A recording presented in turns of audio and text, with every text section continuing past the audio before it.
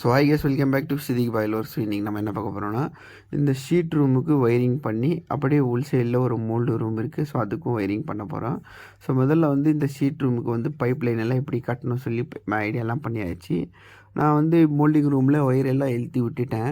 So இது video எடுக்கணும்னு பார்த்தா நான் மறந்து போய் ஒயரெல்லாம் சீக்கிரமாக இழுத்தி சர்க்கிட் எல்லாம் பாயிண்ட் எல்லாம் போட்டேன். அப்புறம் வெஸ்டர்ன் டாய்லெட், வால் மிக்சர்ஸ், ஸோ இன்னும் நிறைய ஃபிட்டிங்ஸ் எல்லாம் வரப்போகுது. ஸோ அந்த ஃபிட்டிங்ஸ் எல்லாம் பண்ண போகிறேன்.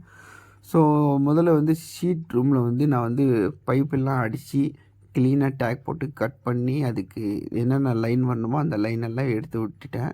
அப்படியே அவுட்டரில் வந்து வாட்டர் ப்ரூஃப் பெல் கட் வந்து மாட்டிட்டேன்.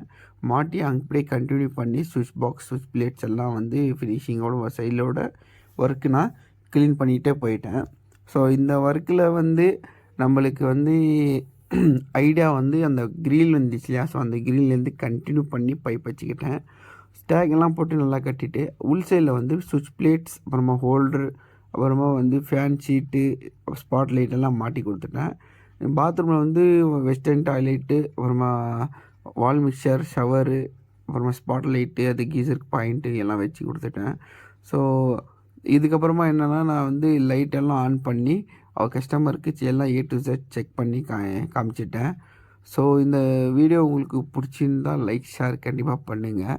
அதுக்கப்புறமா உங்களுக்கு இந்த வீடியோ வந்து நான் செஞ்ச ஒன்று வேலையும் தனித்தனியாக வேணும்னா கமெண்ட் பாக்ஸில் கமெண்ட் பண்ணுங்கள். நான் கண்டிப்பாக அந்த வீடியோ வந்து போட்டு விட்றேன்.